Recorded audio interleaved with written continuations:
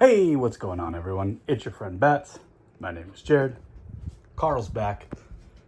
This is Green Arrow, Family First by Joshua Williamson, Sean Izakisi, Phil Hester, sorry I butchered your name, and Romulo Ferraro Jr. Sorry, I'm not a Spanish speaker.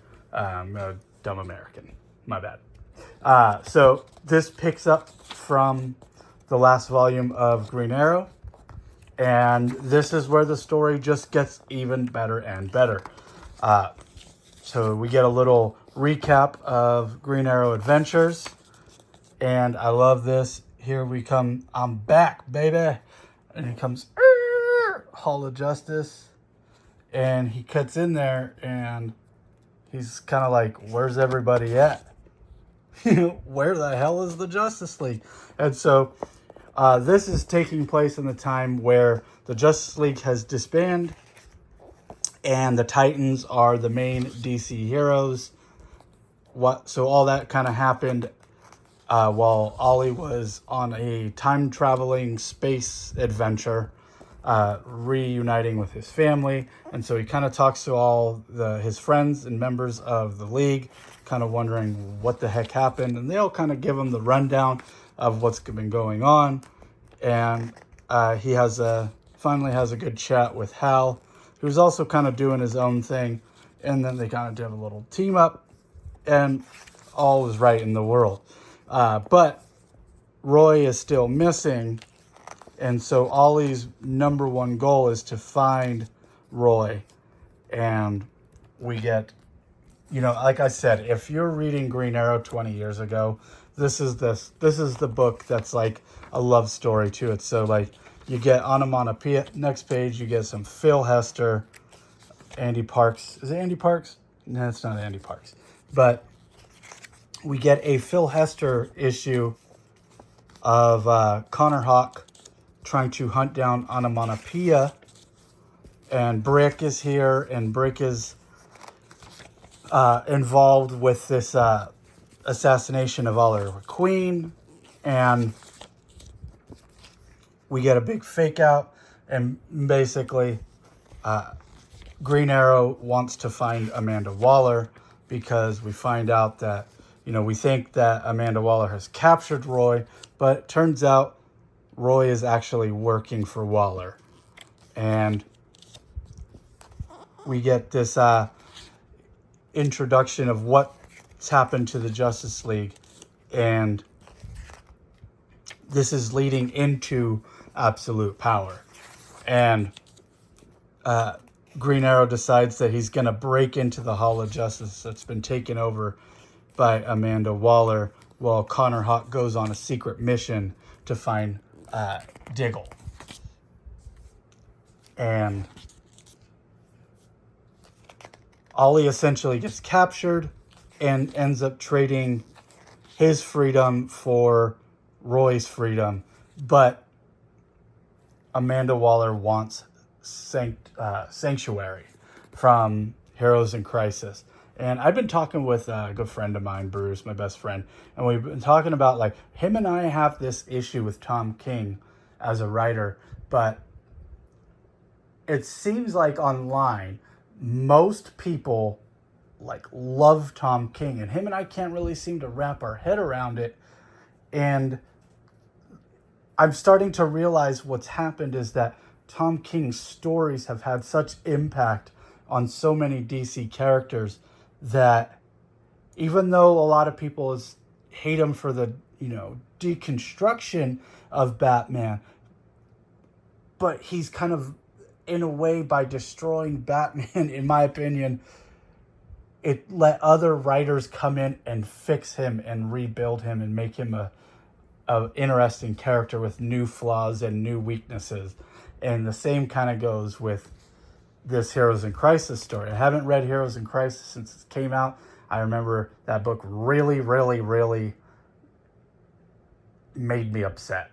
It made me so mad that I canceled buying every DC book for like a year. And coming back to DC, Bruce had bought me like The Return of Wally West as the Flash, and it's like made me go, oh, Heroes in Crisis was a terrible story in my opinion at the time, but it allowed Jeremy Adams to bring Wally back even better in a way, and it was cool. And so this is that same thing now with Oliver needing to go get the sanctuary thing. And so they go into the Arctic, which I'm assuming is the Arctic, and we get these flashbacks of Sanctuary and like what happened at Sanctuary. And if you don't know who Arsenal is, you don't know who Roy is, Speedy, Red Arrow, Arsenal, whatever you want to call him, you don't know who he is, you get kind of caught up. And there's like this Justice League hideout in the Arctic, and that's where they keep the Sanctuary files, where Batman's allegedly said they've been deleted. And this is where we get Arrowette from Young Justice,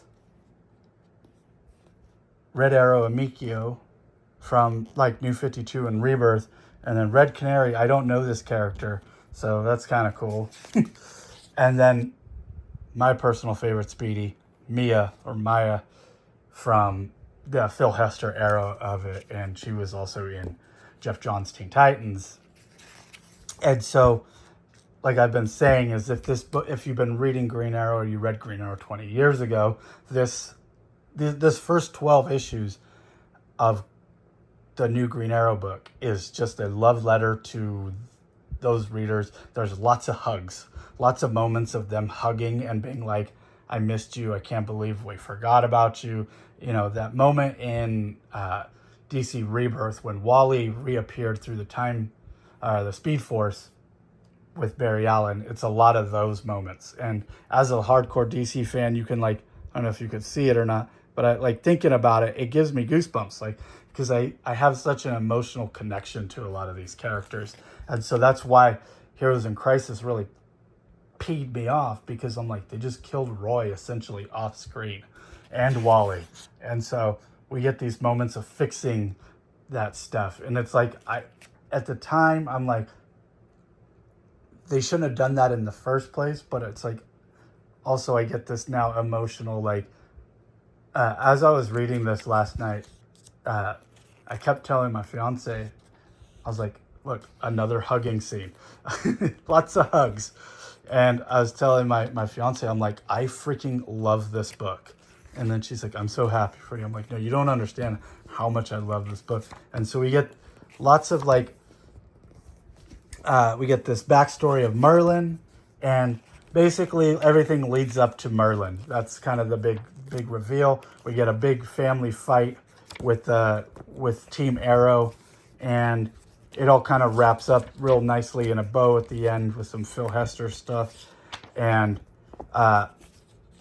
there's this really cool part where at the end the family all meets on the island that Oliver was stranded on. Everyone gets big moments of family and love, and everyone, the Arrow family, as big as it is now, everyone gets a moment to reunite with all their loved ones, and they have just like a family beach vacation.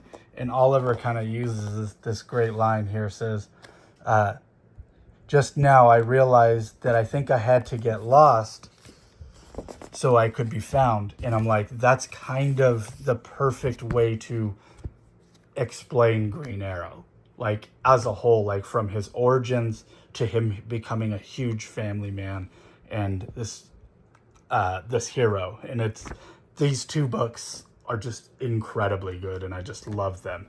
And I have volume 3 sitting on my nightstand, and I can't wait to get into it. So just so much high praise for Joshua Williamson doing this Green Arrow book.